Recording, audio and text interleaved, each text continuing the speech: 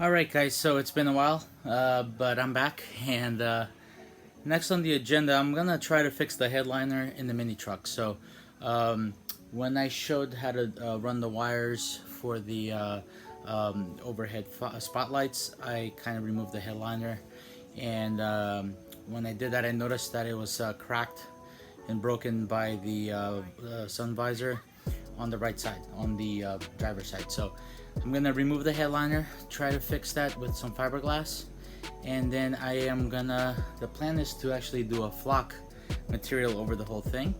I've never done that before, so it'll be kind of a trial run for me, and in the end we should have something that looks a little bit more high-end with having that flock or velvet feel to it.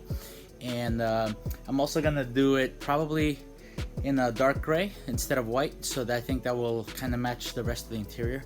And I know it's not going to be a perfect match, but it's the headliner versus the dashboard, so it's not like it's next to each other for you to compare. But so that's the plan. Let's get to it. Okay, so we're inside the mini truck, and if you put down I'm on the passenger side. So on the driver's side here, just where the sun visor screws onto the roof of the car, you could see that it's just cracked. It's in two pieces. I tried to epoxy this when I ran the wires for the spotlights, and that it looked like it was gonna hold, but the minute you tighten that, it just splits. So I'm gonna have to do a fiberglass patch on the inside and try to patch it on the outside and see how that works. So if you don't recall how to remove the headliner, it's actually very simple. You have to remove the two screws that hold the visors on the left and on the right. You have to remove the two screws that hold up the mirror. You have to remove, on the passenger side, the two screws that are underneath these covers here that hold up the handle. And then on both sides there's this little plastic fastener. This just pulls out, it's not a screw. And then you also have to open the doors and kind of pull down this trim material, because the headliner is actually tucked inside of that. So this actually pinches over the sheet metal and the plastic cover, and you got to do it on the windshield too. So you basically just got to pull this down, and you don't need to do it all around, just the areas that are attached to the headliner. So kind of have to do that. And that's it. Oh, and the dome light. So if you just pop this out, there's one screw behind the bulb here. You can kind of see that black hole. There's a screw in there that kind of allows you to remove this dome light switch, and then you don't have to worry about that either. So let's get to it.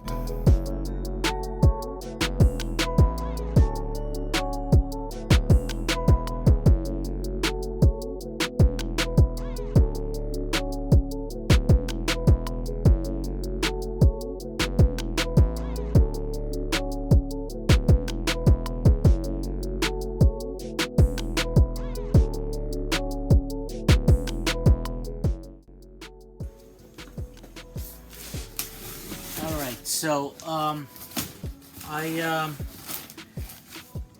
I bought some fiberglass supplies. I bought them from Total Boat. That's the name of the company, Total Boat. The reason why I bought the kit from them is because they sell this 5-to-1 ratio of epoxy and hardener. So what they do is they sell a kit where they have different sizes too. Like if you want, I got the gallon, but they have the pint size as well, or they have like a 5-gallon bucket too. But they sell these with pumps that are designed to do the exact measurement. So in the past I would buy the Bondo resin that you see for sale at like a auto parts store, like a AutoZone or something like that. In those, the hardener, you have to count how many drops, and I never got it right. Like, you lose count, so you end up with stuff that hardens way too fast, or stuff that takes too long to cure. So these are basically pre-measured. 1 pump of the hardener, 5 pumps of the resin, you're done. All you gotta do is mix it, and there's no other measuring or thinking about it. You don't have, even though they gave you 2 of these with the kit, you don't really have to measure anymore.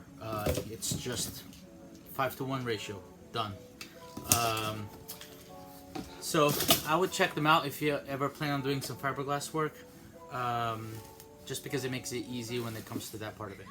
I do have some leftover fiberglass weave that I'm going to be using for the patch, so I didn't order that from them, but just because I had some already. But that's going to be the next step, is I'm going to scuff up the area. I'm going to patch it on the inside part first, because that's not visible, and then turn it around, try to patch the outside, and then sand it as much as I can to not have a noticeable high point. So that's the plan, and let's get to it. Alright, so this is the damage in question. So what I'm gonna do first is, I think I'm gonna fiberglass the front, and I'm gonna cover the hole that's here, and then just re-drill it later, so that way I'm gonna have a good reinforcement in there. The first thing I need to do is pick out all this epoxy that was here before, because you know what, it's not that bad. It actually just comes right off, so I think I could just pick at it with like a utility knife. It's just coming off by itself. But basically clean that up, put a little bit of texture on here with some sandpaper, and what I think I'm gonna do to hold it in place is either just secure part of it with maybe a clamp, something like this, and just do a small patch at first, let that dry, and then move on to the rest of the part, because I need it to hold in place, and it's a contoured shape, so it's very difficult to, you know, set it up against the table or something like that. So that's gonna be the plan. So the first step is to get a rough texture on here.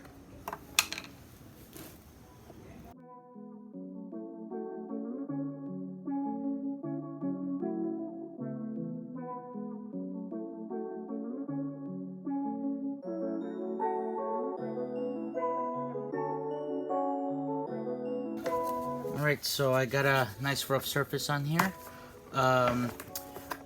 This is the fiberglass cloth I had laying around. It's a Bondo brand. Again, this is just what you would normally see at a AutoZone. And just gonna cut some strips.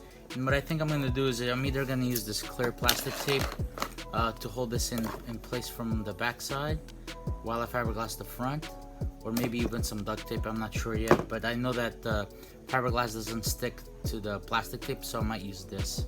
I just don't know how strong it'll be, so I'm gonna try that now.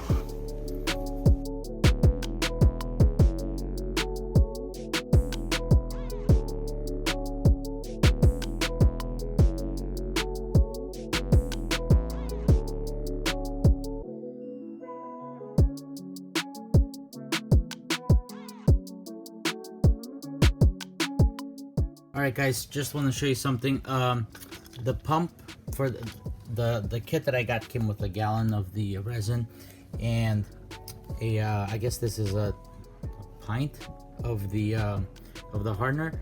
The straw for the pump is too long. I didn't read the instructions first, but it tells you group size B. Oh, sorry, it's a quart. That's what I have. You see here, group size B. You are supposed to cut 4.5 inches off of the straw for the pump, and you're supposed to cut it at an angle. I did not do this, so now for the that's the hardener. For the resin, group for I got group B. For group B, you're supposed to attach an extender to the pump. So I kind of got this all screwed up. The extender's right in there.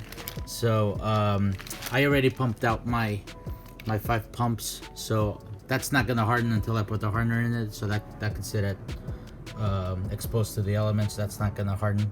But what I'm gonna do is I'm gonna take this pump back out, clean it, trim it, take that pump back out, clean it, and attach the extender. And then we'll continue here. Alright guys, so I apologize because I've been saying a lot of nonsense, and it's just because I'm learning as I go. So it is a 5-to-1 ratio, but you do not do 5 pumps of the resin to 1 pump of the hardener. That is incorrect. The pumps are already calibrated that 1 pump of the resin is 5 times more material than 1 pump of the hardener. So you're actually doing a 1-to-1 ratio when you're getting your material ready. So 1 pump of the resin to 1 pump of the hardener already gives you a 5-to-1 ratio. So you don't have to think about it anymore. So I'm sorry if I confused that, but as I was reading the instructions on extending the pump and shortening the pump, I just noticed that it says right there, dispense your hardener for every 1 full pump of resin, dispense 1 full pump of hardener. That's it. And then it says to mix for about 2 to 3 minutes, and then you're ready to use it.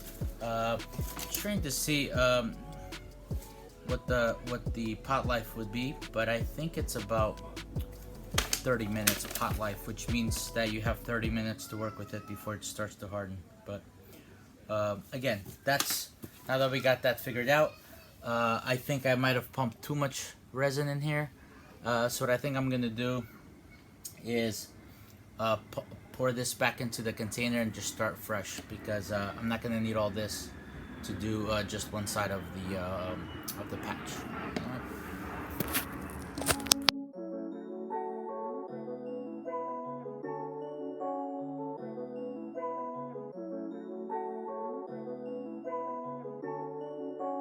Ryan Little.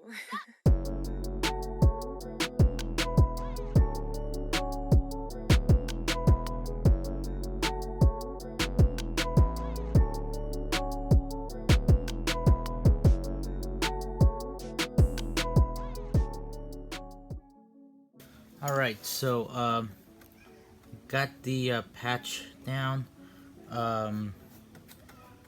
Actually really like working with this fiberglass. I've worked with the Bondo resin before, and maybe again it had to do with me not having the correct ratio of hardener to resin, but this just seems to be a lot nicer, going down a lot cleaner, less air bubbles.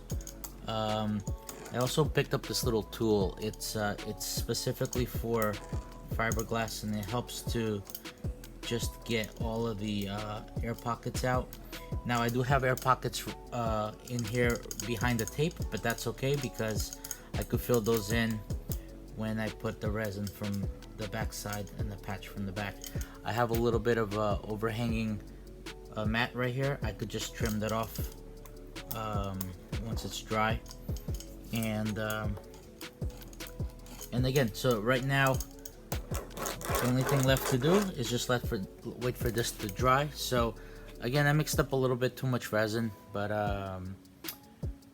other than that, I think we're good. And by the way, these brushes are like the really cheap ones. I think they're maybe $1, if that. I think they're less than $1 at Home Depot.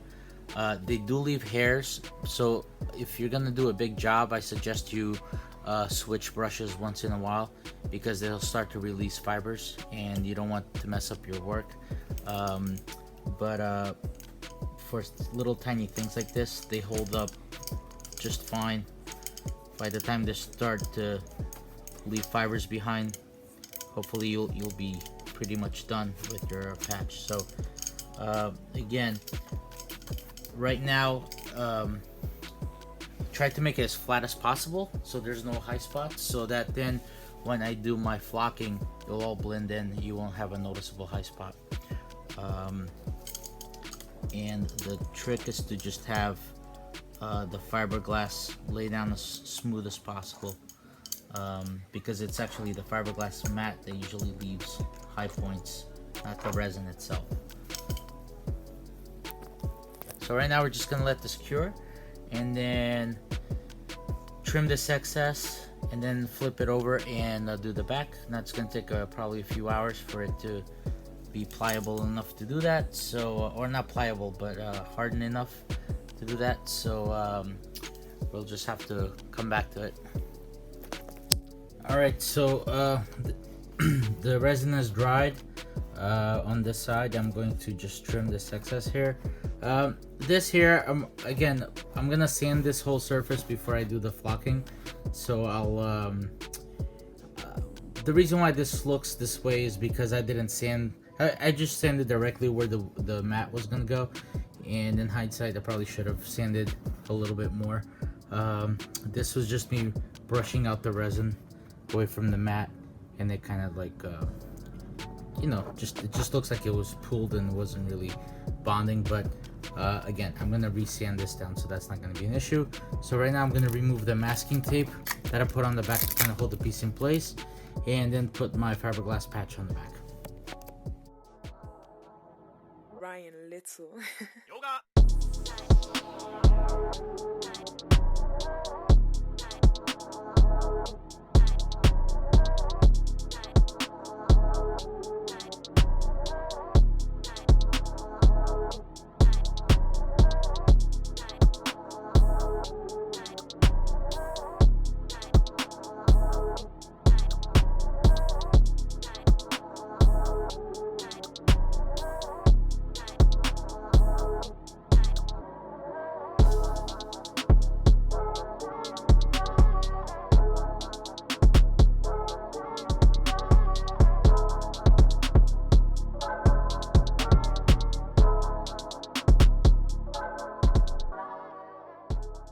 All right, so I got that patch on. This would be the hidden side, and I think once this cures, I'll just trim off the excess, and then I could get to number one, sanding. I'm not gonna sand the back because you're not gonna see it. I'm not gonna waste too much time or energy on that, but I'll sand the part that's visible. Try to get rid of all that excess resin that's on there, and then re-drill the hole here, and then we can move on to the flocking. Also want to give you guys a tip. So if you want to reuse these containers, these are polypropylene. They sell these at paint shops too. I don't plan on reusing my brushes because like I told you, I bought the cheapest brushes possible for something like this. If you want to reuse your brushes, you need to buy a solvent. I got mine from Total Boat. So you can use this to wash any tools. I don't plan on doing that. Like I said, I'm just using disposable brushes. But one tip is, when you're done, just leave, if you got some resin left in there, just leave the brush in it, and then you could actually just tap the underside of the container once the resin is dry, and you should be able to pull out the resin. This looks like it's wet, but this is actually dry, and all the resin comes attached to the brush, and this way you could reuse the container, and you just throw this out. So just a little tip. So let's wait for this to dry, and then we can move on to the next step. All right, so the patch has dried up. You see here, because I sanded more of the surface, I didn't get that weird pooling like I did on the inside, but in any case, it's all dried up. Now I just need to cut off this excess, just trim it all up, and then re-drill the hole that we covered up.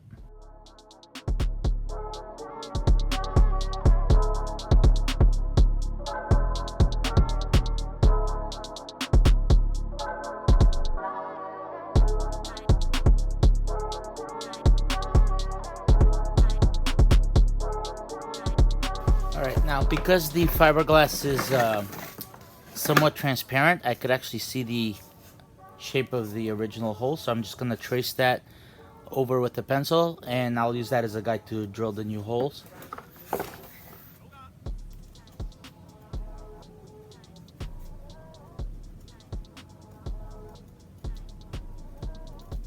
So you could see that I just traced it with a pencil, and I'm going to be using a step drill because that way I'm just going to drill basically 3 holes a large one in the center and 2 small ones on the side. I'm gonna do the side ones first.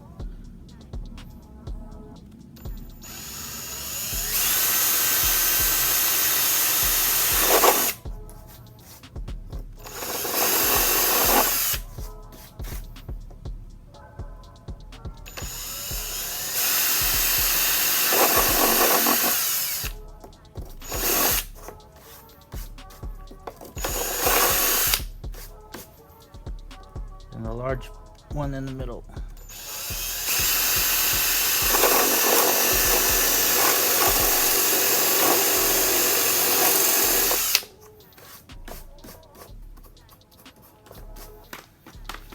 Let's see what it looks like. I'm just gonna use my utility knife to just connect those holes.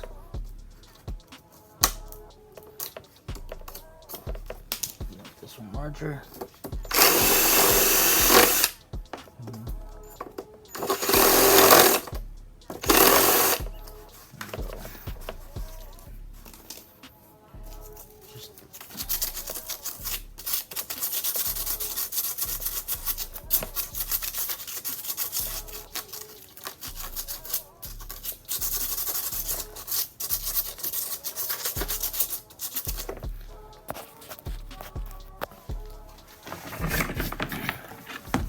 Alright, so our patch is done. Again, I think I'm gonna make this a two-step video, a two-part video, just because I think this video is gonna be too long if I move on to the flocking. So I think I'm gonna stop here.